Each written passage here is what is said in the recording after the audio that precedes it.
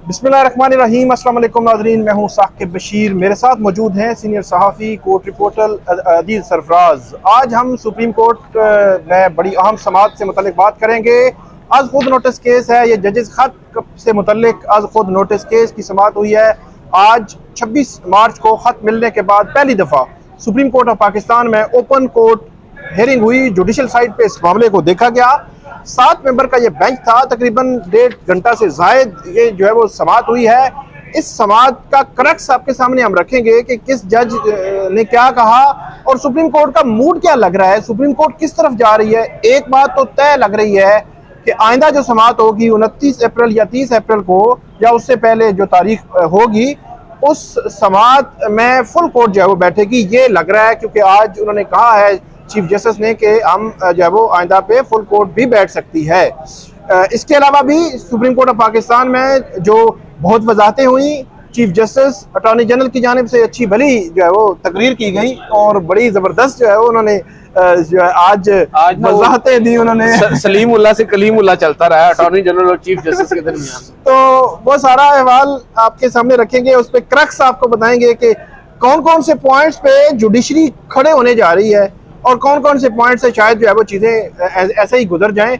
और chief justice काजी फाइज ईसा बोलते रहे, जस्टिस अतर मिनल्ला बोलते रहे, जस्टिस मंसूर अली शाह, जस्टिस जमाल खान मंदोखेल, 4 जजेस ही बोले हैं। जस्टिस नईम अफगान भी जस्टिस नईम अफगान भी जो है बोले हैं। 5 जजेस बोले हैं। 2 खैबर पख्तूनख्वा से ताल्लुक रखने वाले दोनों जजेस साहिबान 2 जजेस ने आज जो है वो खामोशी इख्तियार किए रखी। हो सकता है उन खामोशी के पीछे पूरा तूफान जो है उसका पेश खैमा हो। खामोशी जो है, एक याहिया अफरीदी और दूसरी मुसर्रत जस्टिस याहिया अफरीदी और जस्टिस मुसर्रत अलाली। पहले तो ये बताएं कि आज की समाअत का क्रक्स क्या है, फिर हम 1 बाय 1 कुछ पॉइंट्स पे बात करेंगे जो आज की प्रोसीडिंग में हुए, वजाहतों पे भी बात करें। क्रक्स क्या है सर? मेरी दानिश में तो आज का क्रक्स एक जुमले में अगर मैं कहूँ तो देर आयद दुरुस्त आयद वाला ठीक है कि देर से सही, मगर सुप्रीम कोर्ट ऑफ पाकिस्तान को ये रियलाइजेशन हो चुकी है कि ये कोई मामूली वाक़या नहीं है।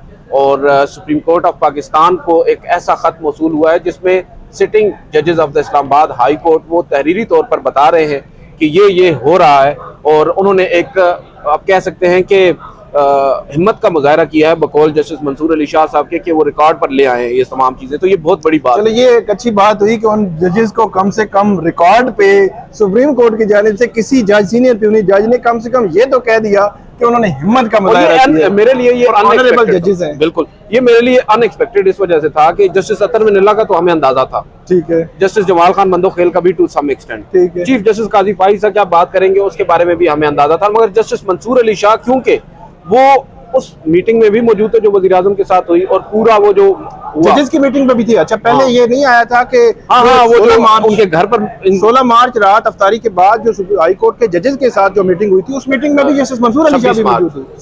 सॉरी 26 मार्च को तो उसमें भी मौजूद थे। ये पहले बात रिकॉर्ड पे नहीं आई, ये बतौर सीनियर प्यूनी जज। अब उन्होंने जो ये यहाँ पर बात की है वो सबसे ज्यादा स्ट्रांग है। अगर उनके एग्जैक्टली आप अल्फाज निकालें तो उन्होंने आज इंस्टीट्यूशनल रिस्पॉन्स की बात की है जो एक तवील अरसे से सोशल मीडिया पर भी आ रहा है कि सुप्रीम कोर्ट ऑफ पाकिस्तान को अब अपना इंस्टीट्यूशनल रिस्पांस देना होगा और क्लियरिटी के साथ क्लियरली देना होगा। और दूसरी जानिब उन्होंने ये भी कहा है कि हमें अब शतुर्मुर्ग की तरह अपना जो सर है वो रेत में दबाकर नहीं बैठना। ठीक है, ये अगर जजेस साहिबान ने गहरी बात की है बिल्कुल, अगर ऑनरेबल जजेस ने ये सब कुछ जो वो फेस कर रहे हैं उन्होंने हिम्मत करके उसको तहरीरी शक्ल में एक खत की सूरत में हमें भेज दिया है, तो हमें अब चाहिए कि इसके ऊपर एक हतमी फैसला करें और वी मस्ट इंश्योर कि आइंदा ऐसा कभी भी ना हो। और for now and ever we should close this chapter, यानी इस चैप्टर को अब बंद होना चाहिए के लिए, ये चैप्टर जो है बंद होना चाहिए। और जस्टिस जमाल खान मंदोखेल ने भी उन्होंने कहा, उन्होंने बिल्कुल इस बारे में कहा हिस्टोरिकल, और उन्होंने ये कहा कि एक हमारे सामने एक चीज आ गई है जो पहली दफा तारीख में, तो अब हमें वो भी क्रक्स यही था कि वो यही बात कर रहे थे कि वंस फॉर ऑल इसको हमने सेटल करना है। उन्होंने यही कहा है कि हमें अब, मेरी दानिश में वो ये कहते हैं कि मुझे ऐसा लगता है कि ये हमारे पास एक सुनहरी मौका आ चुका है और अब हमें इस मौके को गंवाना नहीं चाहिए। और फिर उन्होंने एक बात वाजे की कि यहाँ पर मैं अपने सुनने वालों को ये जरूर बता दूं जो वहाँ पर मौजूद थे कि ये तासुर ना लिया जाए, क्योंकि सुनने वाले सिर्फ हम नहीं थे, लाइव चल रहा था, सब लोग। उन्होंने कहा ये तासुर ना लिया जाए कि हम पर आई है तो हम सब इकट्ठा हो गए और इस तरह का इंस्टीट्यूशनल रिस्पांस की बात कर रहे हैं। ये दरअसल अवाम का मामला है, और जो अवाम है उसके लिए ये इंतहाई ज़रूरी है कि इस तरह का यहाँ से इंस्टीट्यूशनल रिस्पांस जाए। जस्टिस अतर मिनल्ला, उनको आप देखें सर, उन्होंने जो आज यहाँ पर बात की है, उन्होंने तो ना सिर्फ बात की है बल्कि उनकी और चीफ जस्टिस के दरमियान कुछ हल्की फुल्की तलखी भी हुई, उन्होंने रोकने की कोशिश की है कि मैं जो उन्होंने कहा कि एवरीवन नोज के व्हाट्स हैपनिंग, और बट वी आर प्रिटेंडिंग कि जैसे कुछ हो ही नहीं रहा। हम ऐसा तासुब देने की कोशिश कर रहे हैं कि जैसा कुछ हो ही नहीं रहा, जबकि हमें मालूम है कि यहाँ पर क्या कुछ हो रहा है, किस सतह पर अदालतों को मुआवजा रहा है, बिल्कुल होता रहा है। और फिर उन्होंने कहा कि जो लेटर है, आपकी बात अटॉर्नी जनरल साहब को उन्होंने कहा कि आपकी बात दुरुस्त है कि एक वक्त तक यहाँ पर अदालती मामलात में इंजीनियरिंग होती रही है, मगर ये जो खत जजेस साहिबान ने लिखा है ये कह रहा है, बोल बोल के कह रहा है कि वो मुदाखलत आज भी जारी है। तो हमें यहाँ पर उन्होंने एक अंग्रेजी का जुमला कहा कि normalization of culture of deviance, that is what is happening now. और यहाँ पर हर चीज को नॉर्मलाइज कर देना, तब्दीलियों को, और जो कुछ भी हो रहा है, जो कल्चर एक पनप रहा है यहाँ पर, उसके हवाले से उन्होंने काफी खुलकर बात की। उसका थोड़ा सा बैकग्राउंड ये था अदील सरफराज साहब कि जो अटॉर्नी जनरल है उन्होंने ये तासुर देने की कोशिश की अपनी बातों से 2018 और 2021 से लेकर, अच्छा 2018 से 21 जो होता रहा, अदील सरफराज साहब हमारे समेत या जजेस समेत कोई भी ये नहीं कह रहा कि वो ठीक होता रहा है, लेकिन जो आज बज़ाहिर ऐसे लगा कि 2018 से 21 तक उन्होंने अटॉर्नी जनरल ने ये तासुर देने की कोशिश की, ये तब भी होता रहा है तो अब भी हो रहा है, तो अब आगे जो है वो चलना चाहिए। तो उस पे जस्टिस अतर मिनल्ला ने एग्जैक्टली जो है वो ये बात की थी। अच्छा, एक और जो एक कंट्राडिक्शन आई जो जिसकी पॉइंट आउट किया जस्टिस मंसूर अली शाह ने, पहले जस्टिस अतर मिनल्ला ने बात की और उन्होंने कहा कि अखबार में उन्होंने पढ़ा है कि सुप्रीम कोर्ट ने एक ऑर्डर जारी किया, सुप्रीम कोर्ट ने एक बेल दी, वो आपको पता है 9 मई वाले वो मुल्जमान थे उनको बेल दी, 5 मुल्जमान थे। उन मुल्जमान को जब अडियाला जेल से रिहा किया गया, उनको एमपीओ में रावलपिंडी के डीसी ने सुप्रीम कोर्ट ऑफ पाकिस्तान के उस ऑर्डर को अपने पांव तले रोनते हुए, सरेआम रौंदा, मतलब उसको असर भी नहीं हुआ, रोनते हुए उसने बंदों को जो है वो एमपीओ में डाल दिया। जबकि इस्लामाबाद हाई कोर्ट के जस्टिस बाबर सत्तार एमपीओ के हवाले से वाज़ेह एक ऑर्डर जारी कर चुके हैं और एमपीओ के मिसयूज पे ऑर्डर जारी हो चुके हैं, और इससे कबल जो कुछ होता रहा है, तो इस पे जो है वो जस्टिस अतर मिनल्ला ने पहले बात की, वो क्या थी, फिर जस्टिस मंसूर अली शाह ने उसकी कंट्राडिक्शन पकड़ी अटॉर्नी जनरल की कि आपकी बात तो कंट्राडिक्टरी है जो आप बात कर रहे हैं।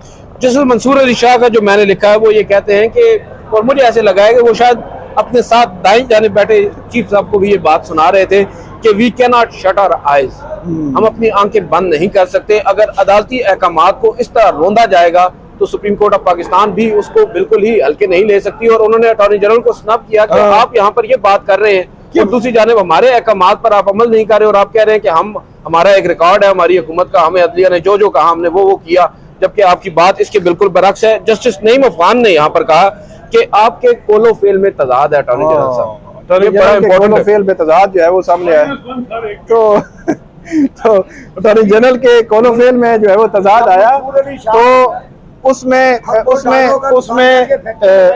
जो इसके अलावा बात की जैसे मंसूर अली शाह ने वही बात की कि उसमें बुनियादी तौर पर जो जमानत है वो जमानत मंजूर हुई, एमपीओ में आपने कर दिया, एमपीओ का ऑर्डर अगर अटॉर्नी जनरल ने यहाँ पे आपने एडमिशन किया कि अटॉर्नी जनरल ने ये कहा, जब उनको कहा गया कि जब एक एमपीओ के हवाले से ऑर्डर भी आ चुका है तो उसके बावजूद ये क्यों हुआ, तो अटॉर्नी जनरल ने कहा नहीं होना चाहिए था, तो इसका मतलब है ये भी एडमिशन के एमपीओ में जो गिरफ्तारी है वो गलत हुई है, तो ये एडमिशन ही करते नहीं। जस्टिस मंसूर अली शाह ने यहाँ पर एक और बात की, उन्होंने कहा है कि इन जजेस साहिबान ने अपने चीफ जस्टिस ऑफ पाकिस्तान को कहा, मगर उन्होंने chief justice of Islamabad high court को कहा, मगर उन्होंने कुछ नहीं किया। और अब यहाँ पर फिर हमारा किरदार आता है, उन्होंने फिर वाज़ेह किया कि हम कोई हाई कोर्ट के इख्तियारात में मुदाखलत नहीं कर रहे, मगर हम उनको मजीद बाइख्तियार बनाने की कोशिश कर रहे हैं। आपने बस हो गया। अच्छा, मैं ये कह रहा हूँ कि उन्होंने मजीद यहाँ पर कहा है कि हाई कोर्ट के इख्तियारात जो है, हम क्योंकि यहाँ पर ये बात की थी सुप्रीम कोर्ट बार एसोसिएशन के सदर ने कि जो हाई कोर्ट के इख्तियारात हैं हमें देखना होगा कि सुप्रीम कोर्ट उसमें मुदाखलत ना करे, तो उस पर मंसूर अली शाह ने कहा कि हम ये जरूर देखेंगे कि हम उनकी मुदाखलत ना करें, मगर साथ साथ हम उनको मजीद बाइख्तियार उनको एम्पावर तो कर सकते हैं। तो उससे मुझे टोन जो आज नजर आई है बिलखुसूस सीनियर प्यूनी जज आपको मालूम होता है कि कोई मामूली चीज नहीं होती, बिल्कुल चीफ जस्टिस से ज्यादा इंपॉर्टेंस उस बंदे की होती है, क्योंकि अब आइंदा पॉलिसी उस बंदे ने बनानी है कुछ अरसे के बाद से। और वो लेकिन उसमें चीफ जस्टिस ने ये जो है वो मेरे ख्याल में कहीं ना कहीं उन्होंने ये बात करने की कोशिश की कि जो 2023 में मई 2023 में जो मीटिंग हुई थी जजेस के साथ, सुप्रीम कोर्ट के चीफ जस्टिस, उस वक्त के चीफ जस्टिस के साथ, तो उस वक्त उन्होंने जो चीफ जस्टिस था उन्होंने पहला जज और चौथे नंबर वाला जज जो है वो साथ बिठाया, और मैं जो है वो सीनियर प्यूनी जज जो है वो साथ बिठा रहा हूँ हर मीटिंग में।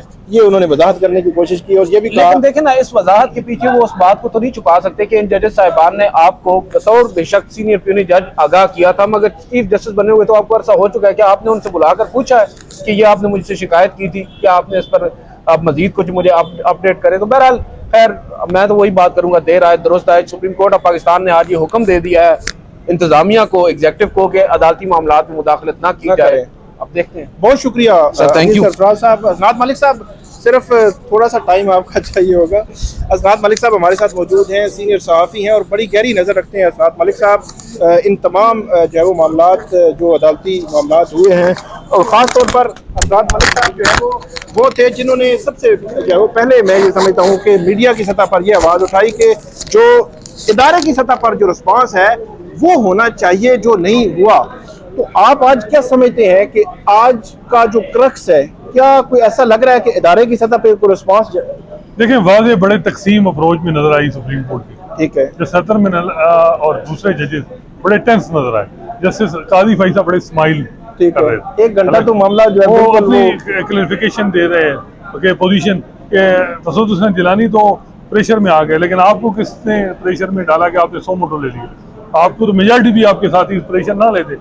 मुझे लगता है कि आज की हियरिंग ज्यादा उन जजेस के से ज्यादा मौजूदा चीफ जस्टिस अपनी क्लैरिफिकेशन में उन्होंने टाइम स्पेंड किया, और मैं समझता हूँ कि आज का राउंड हुकूमत ने जीता है।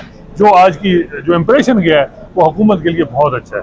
अच्छा, मतलब जो अटॉर्नी जनरल ने एक लंबी चौड़ी जो है वो तकरीर नुमा जो है वो वजाहत दी, तो वो वजाहत तो डेफिनेटली उन्होंने अपना पूरा केस पुट किया ना जी, हमारे एंड पे हर चीज ओके है। वो आज अटॉर्नी जनरल, आप भी बड़े अरसे से कोर्ट रिपोर्टिंग कर रहे हैं, वो अटॉर्नी जनरल जो है आर्गूमेंट से ज्यादा एक तकरीर जैसे कन्वेंशन सेंटर में वकला खड़े हों और चीफ जस्टिस, सुप्रीम कोर्ट ने टाइम दिया उनको, नहीं चीफ जस्टिस, वो ऐसा लग रहा था कि कोई चीज है और उसकी रिहर्सल हो रही है कि भाई वो पहले से ना।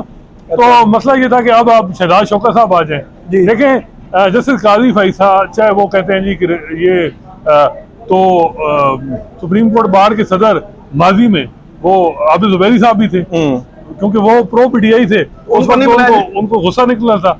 अब क्योंकि ये प्रो गवर्नमेंट जो है वो ये मौजूदा आपने देखा है कि जो सुप्रीम कोर्ट बार है इंडिपेंडेंट, उनको इतनी अहमियत दी जा रही है। देखें, इतनी चीजें आसान नहीं है जितनी जस्टिस काजी फैसला आसान करके बयान कर रहे थे, और मेरा ख्याल है कि जजेस जो हैं रिटर्न ऑर्डर जरा डिफरेंट होगा, और मे भी जस्टिस अतर में नला जो बजाय लिख रहा है माजी में भी, वो अपना एडिशनल नोट भी क्या पता लिख दे। अच्छा, इसमें फुल कोर्ट बनेगी आपको लगता है? और फुल कोर्ट से मतलब कि क्या, क्योंकि आज जस्टिस मंसूर अली शाह ने बड़ा कैटेगोरिकली ये एक लाइन ली कि उन्होंने कहा कि ये मामला इस तरह नहीं है कि अगर एक चीफ जस्टिस को वो बताते हैं, मतलब ये जो चीफ जस्टिस काजी फाइज ईसा और जस्टिस मंसूर अली शाह की जो आपस में उनके ऑब्जर्वेशन थी उसमें मुतसादम भी थी।